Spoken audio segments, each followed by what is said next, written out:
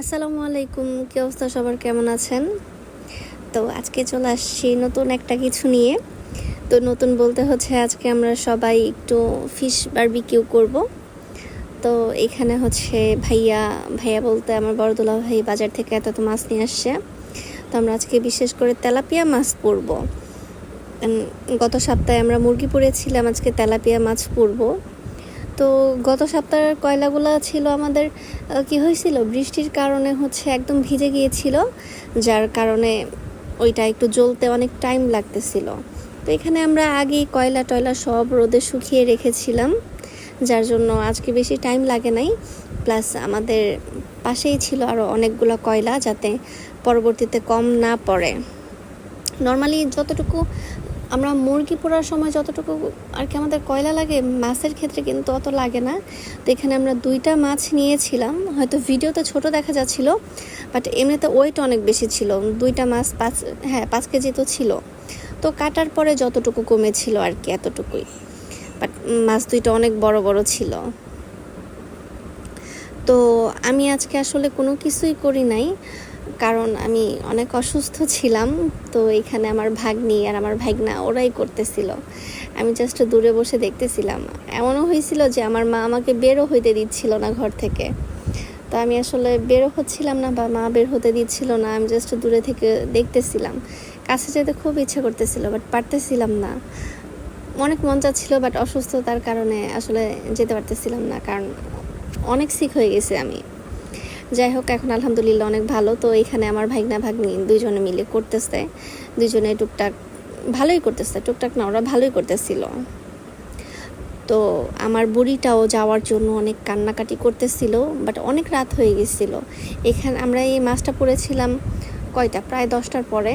তো এই কারণে আমার মা আমার মেয়েটাকেও বের হইতে দেয় নাই।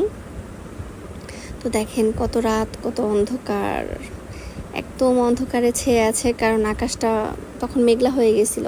কখন যে বৃষ্টি চলে আসবে ঠিক নাই, আকাশে একটা তারাও ছিল না।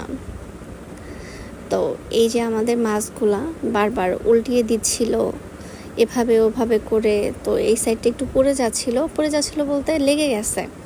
আমাদের হচ্ছে আগে এটার কি বলে, এই স্ট্যান্ডটাকে একটু তেল দিয়ে ওয়াশ করার দরকার ছিল, বাট ওরা ওইটা করতে ভুলে গেছিলো, যার কারণে হচ্ছে মাছের সাথে স্ট্যান্ডটা লেগে গিয়েছিল। তো স্ট্যান্ডের উপর দিয়ে বারবার আমাদের ব্রাশ করা হচ্ছিল আর কি, তেল ব্রাশ করে দিচ্ছিলাম বারবার। তেল এটার মশলাটা ব্রাশ করলে কি এটার টেস্ট আরও বাড়ে। আমি বলেছিলাম যে আমার ভাইগনার হাতের বারবিকিউটা ওয়ার্ল্ডের বেস্ট বারবিকিউ। এটা হচ্ছে সত্যি একটা কথা, কারণ একবার যে খেয়েছেন সেই আর কি বুঝতে পারবেন যে আমি আসলে এটা মিথ্যা বলি নাই। আমার কাছে অন্তত ওয়ার্ল্ডের বেস্ট বারবিকিউ আর এইটা। তো আমি ঘরে বসে এখানে ফ্রুটস জামাই খাচ্ছিলাম, কারণ একটার পরে একটা খাবার দাবার আমার জন্য আসে। আপু ভাগ্নি মা একটার পরে একটা রেডি রাখতেছে। তো আমি খাচ্ছিলাম, দূরে থেকে দেখতেছিলাম। তো আমার ভাগ্নি গেছে ওইখানে উল্টানোর জন্য, যে মাছটা পড়ে যাচ্ছে, যাও একটু উল্টাই দিয়ে আসো। তার তো মাশাল্লাহ শরীরে অনেক শক্তি, সে এই শক্তি নিয়েও পারতেছিল না উল্টানোর জন্য, অনেক ট্রাই করতেছিল, পারতেছিল না। বাট অবশেষে পারছে। পারার পর সে তো একেবারে এমন গর্ববোধ করতেছে যে অনেক পালন হয়ে গেছে, অনেক শক্তি তার। দেখেন উল্টাইতে উল্টাইতে হচ্ছে এখানে ও পুরেই ফেলছে, কারণ তার তো অনেক শক্তি, সে তো উল্টাইতে পারে না।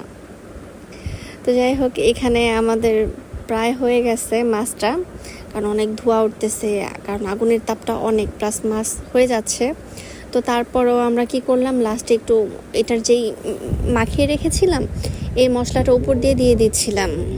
তো এই মশলাটা বারবার উপর দিয়ে দিলে হচ্ছে মাছটা পুড়ে যাবে না, তো মশলাটাই পুড়বে, প্লাস এমনিতেও খেতে বেশি ভালো লাগবে, এটার ঘ্রাণটা বেশি ভালো আসবে। আসলে মূলত এটার স্মেলটা আসে কয়লার জন্য, কিন্তু কয়লা কিন্তু খাবারের টেস্টটাকে একটু বেশি বাড়িয়ে দেয়। তো এই যে আমাদের মাছ রেডি। তো এখানে হচ্ছে আমার ভাইগনা উপর দিয়ে আগেই খেয়ে ফেলছিল, কারণ ওর এত ক্ষুধা লেগে গেছিলো। তো এর লুকটা কিন্তু খারাপ আসে না, এত সুন্দর একটা স্মেল আসতেছিল, পুরা পুরা গন্ধ। আমি বারবার ভয় পাচ্ছিলাম যে কখন একটা মাছ খেয়ে ভূত চলে আসে।